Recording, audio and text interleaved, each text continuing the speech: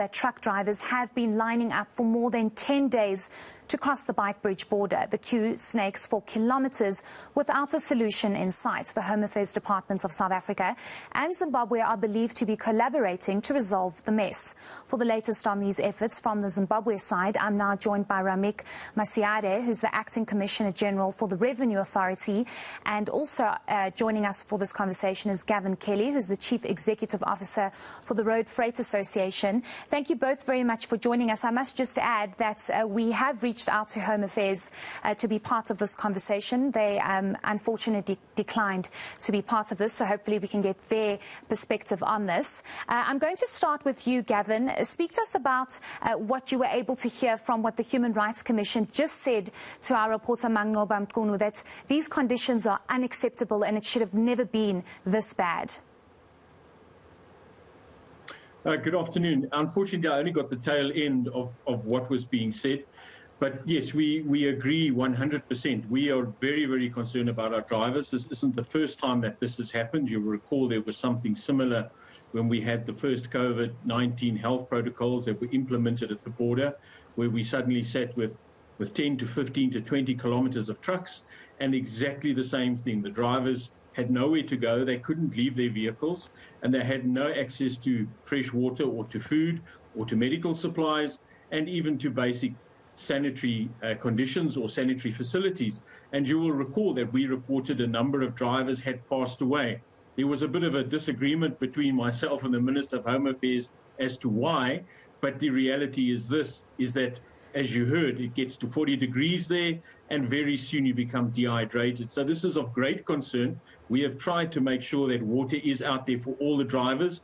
We are aware of a couple of companies who drive up and down the lines and bring food parcels and sell food, but this really cannot happen again. We should have learned from what happened last time round. Yeah, and it just seems that it keeps happening and nothing is being done about it.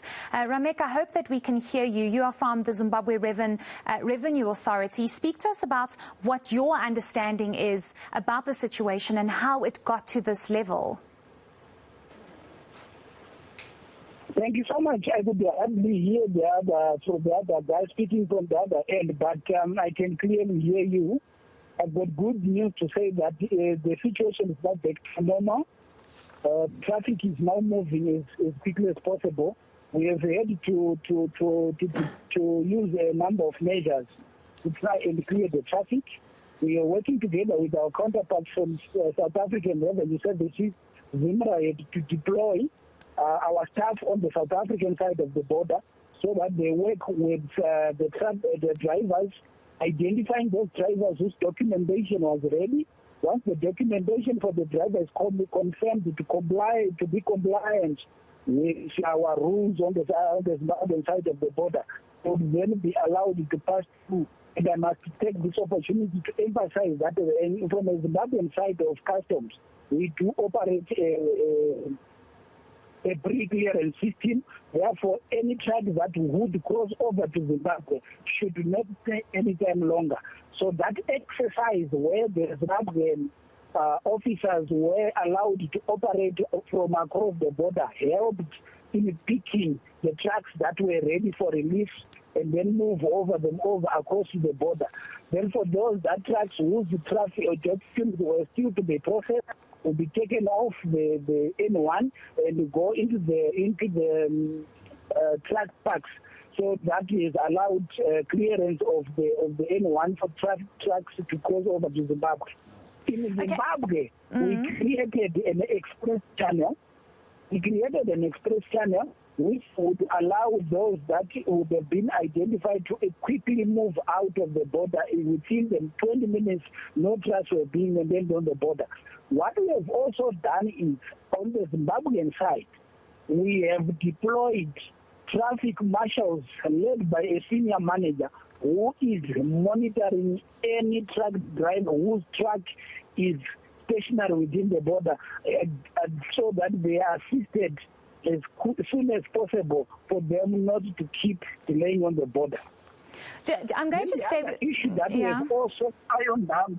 Well, we have also worked with our borders for them to upload or activate the prepayment system so that all transporters can pay for the toll long before the driver gets to the border.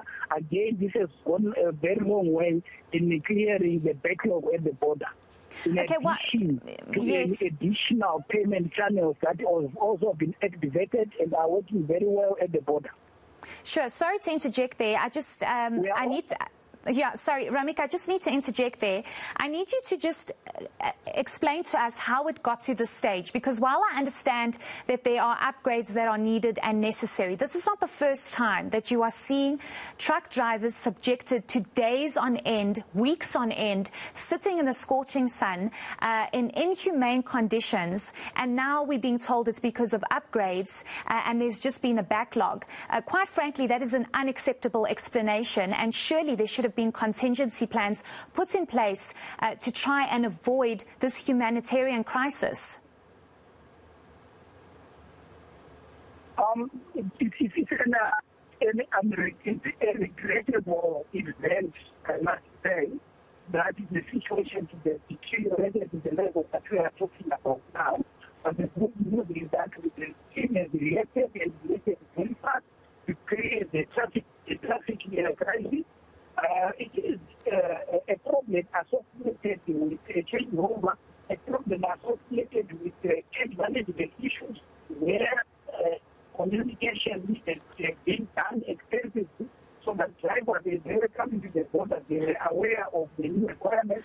Okay, so Rameck, unfortunately your line is not great, so we're going to try and ask you to just move around so that we can get better signal. I'm going to go back to Gavin and speak about, as much as this is also a humanitarian crisis and the conditions that the truck drivers have been put in and living in for the past 2 weeks or so is just completely unacceptable. It's also a very important trade route, not only for South Africa, but for sub-Saharan Africa, and you have a situation where people are just unable to move.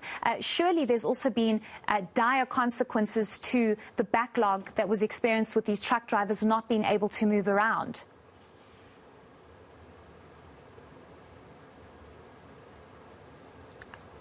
Sorry, Gavin, you're on mute. If you could just unmute yourself.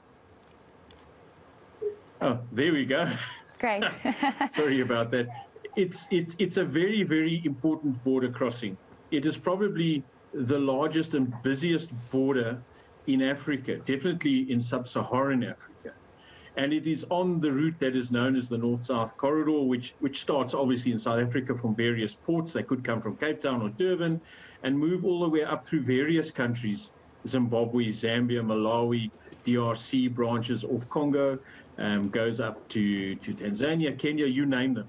It is a vitally important border, and we have spent a fair amount of time trying to make sure that that border works efficiently.